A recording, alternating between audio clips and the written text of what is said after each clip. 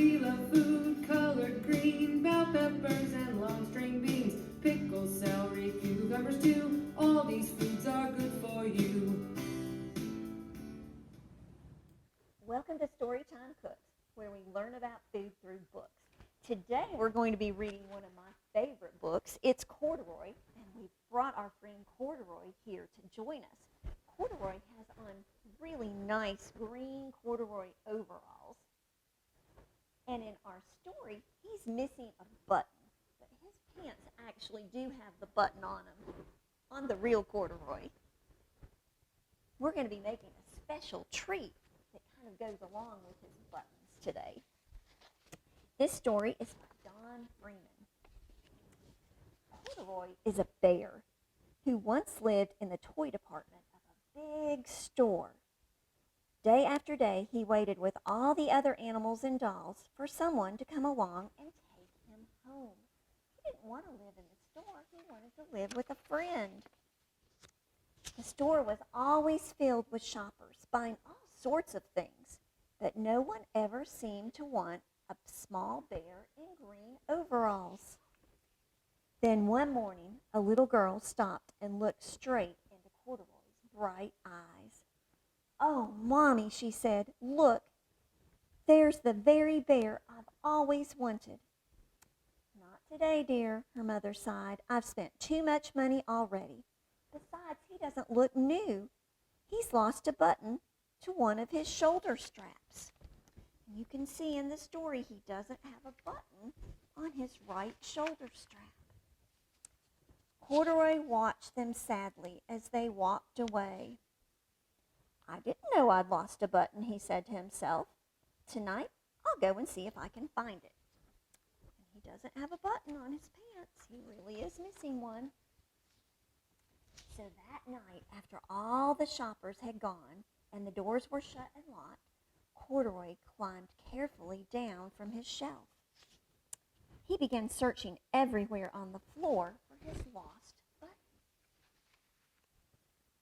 Suddenly, he felt the floor moving under him. Quite by accident, he had stepped onto the escalator.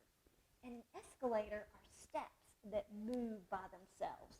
We don't really have any escalators here in Allegheny County, but if you go to a mall or a big store that has more than one floor, sometimes you might get to ride on an escalator.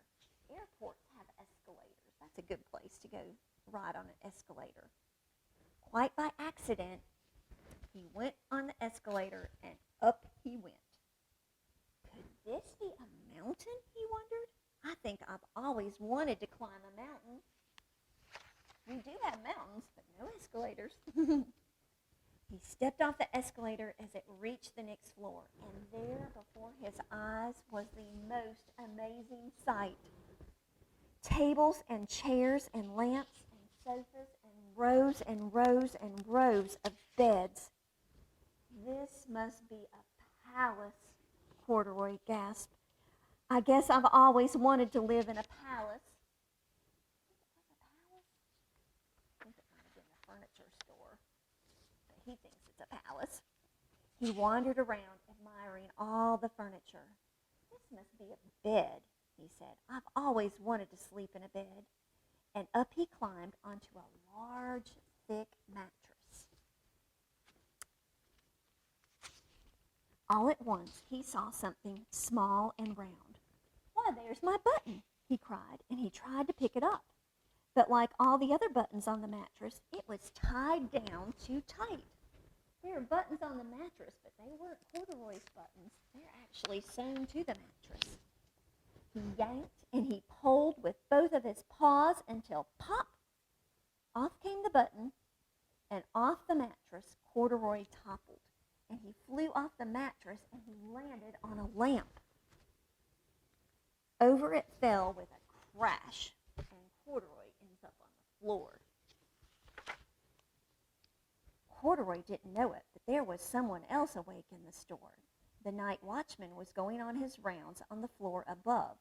When he heard the crash, he came dashing down the escalator. There he looks like a policeman. He's checking things out. He has his flashlight, and he shines it on the floor. And what did he see? Now, who in the world did that? He exclaimed. Somebody must be hiding around here. It was Corduroy, wasn't it?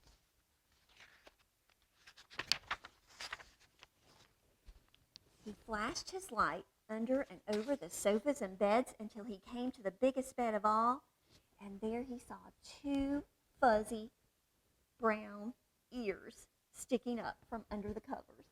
Corduroy was trying to hide, but he just quite didn't get himself completely covered. "Hello," he said. "How did you get upstairs?"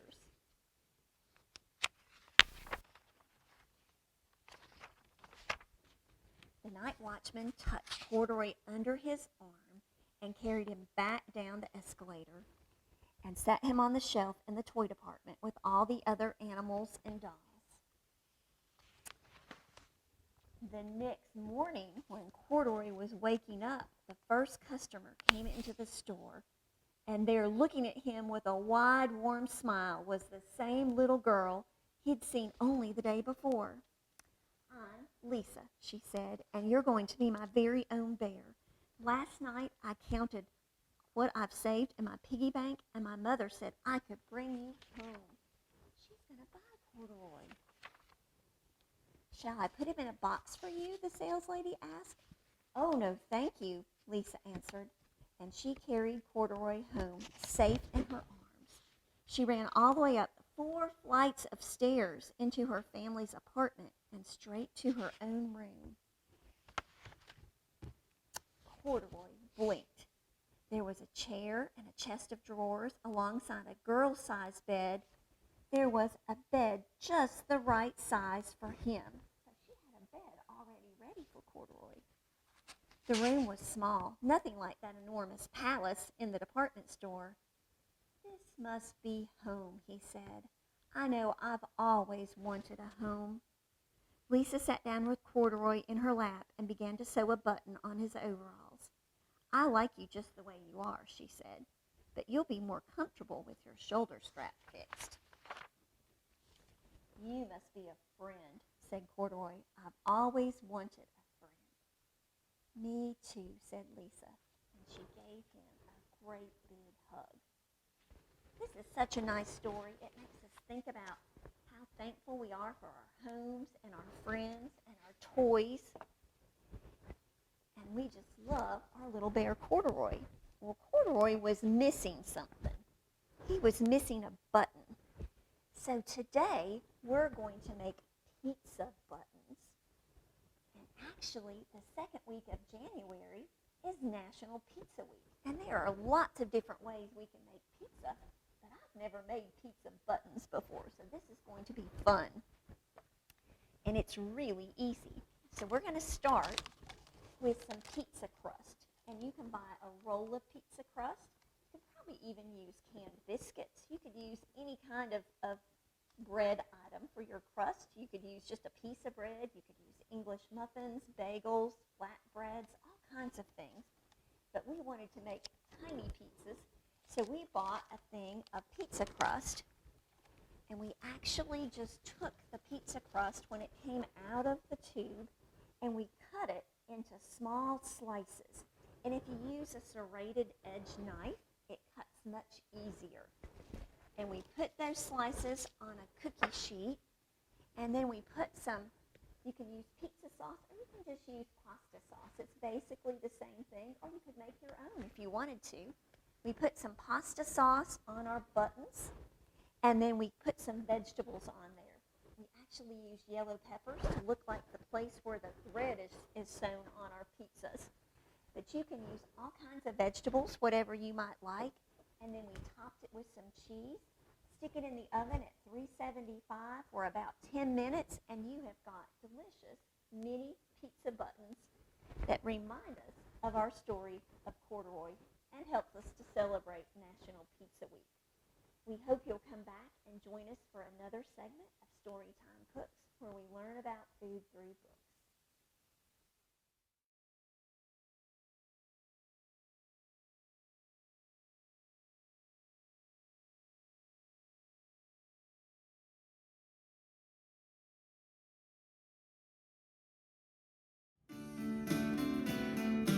We love food colored green, bell peppers and long string